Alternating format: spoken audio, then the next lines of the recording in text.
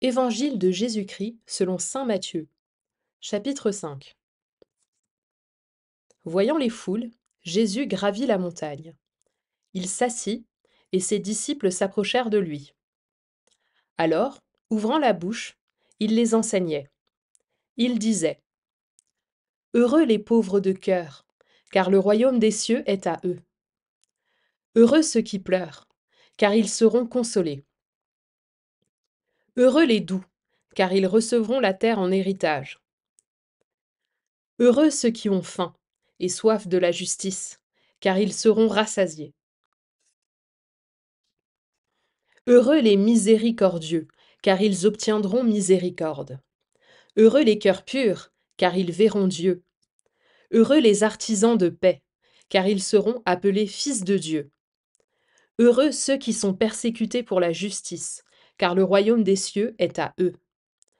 Heureux êtes-vous si l'on vous insulte, si l'on vous persécute et si l'on dit faussement toutes sortes de mal contre vous à cause de moi. Réjouissez-vous, soyez dans l'allégresse, car votre récompense est grande dans les cieux. C'est ainsi qu'on a persécuté les prophètes qui vous ont précédés. Vous êtes le sel de la terre. Mais si le sel devient fade, comment lui rendre de la saveur? Il ne vaut plus rien. On le jette dehors, et il est piétiné par les gens. Vous êtes la lumière du monde. Une ville située sur une montagne ne peut être cachée. Et l'on n'allume pas une lampe pour la mettre sous le boisseau. On la met sur le lampadaire, et elle brille pour tous ceux qui sont dans la maison. De même, que votre lumière brille devant les hommes. Alors, voyant ce que vous faites de bien, ils rendront gloire à votre Père qui est aux cieux. Ne pensez pas que je sois venu abolir la loi ou les prophètes. Je ne suis pas venu abolir, mais accomplir. Amen, je vous le dis. Avant que le ciel et la terre disparaissent, pas un seul iota, pas un seul trait ne disparaîtra de la loi, jusqu'à ce que tout se réalise. Donc, celui qui rejettera un seul de ces plus petits commandements, et qui enseignera aux hommes à faire ainsi, sera déclaré le plus petit dans le royaume des cieux. Mais celui qui les observera et les enseignera, celui-là sera déclaré grand dans le royaume des cieux. Je vous le dis en effet, si votre justice ne surpasse pas celle des scribes et des pharisiens, vous n'entrerez pas dans le royaume des cieux. Vous avez appris qu'il a été dit aux anciens, tu ne commettras pas de meurtre, et si quelqu'un commet un meurtre, il devra passer en jugement. Eh bien, moi, je vous dis, tout homme qui se met en colère contre son frère devra passer en jugement. Si quelqu'un insulte son frère, il devra passer devant le tribunal. Si quelqu'un le traite de fou, il sera passible de la géhenne de feu. Donc, lorsque tu vas présenter ton offrande à l'autel, si là, tu te souviens que ton frère a quelque chose contre toi, laisse ton offrande, là, devant l'autel.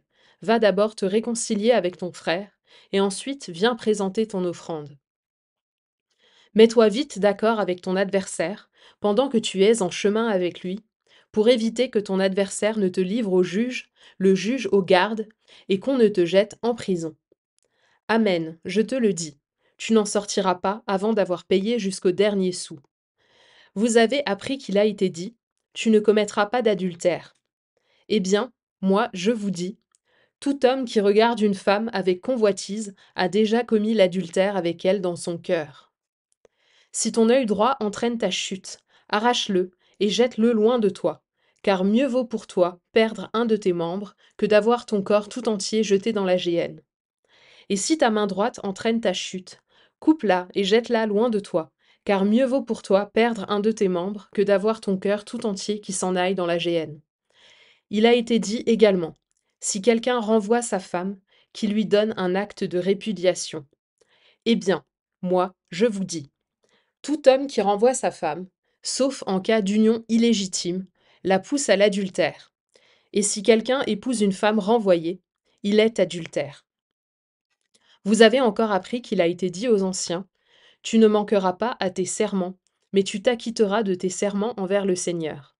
Eh bien, moi, je vous dis de ne pas jurer du tout, ni par le ciel, car c'est le trône de Dieu, ni par la terre, car elle est son marchepied, ni par Jérusalem, car elle est la ville du grand roi. Et ne jure pas non plus sur ta tête, parce que tu ne peux pas rendre un seul de tes cheveux blancs ou noirs. Que votre parole soit oui, si c'est oui, non, si c'est non. Ce qui est en plus vient du mauvais. Vous avez appris qu'il a été dit œil pour œil et dent pour dent. Eh bien, moi, je vous dis de ne pas riposter aux méchants. Mais si quelqu'un te gifle sur la joue droite, tends-lui encore l'autre. Et si quelqu'un veut te poursuivre en justice et prendre ta tunique, laisse-lui encore ton manteau. Et si quelqu'un te réquisitionne pour faire 1000 pas, fais-en 2000 avec lui. À qui te demande, donne. À qui veut t'emprunter, ne tourne pas le dos. Vous avez appris qu'il a été dit, tu aimeras ton prochain et tu haïras ton ennemi.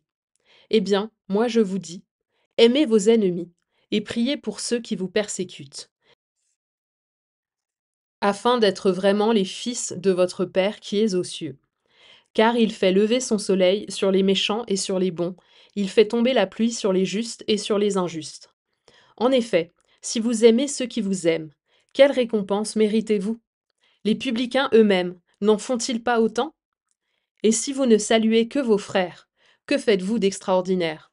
Les païens eux-mêmes n'en font-ils pas autant? Vous donc, vous serez parfaits, comme votre Père céleste est parfait.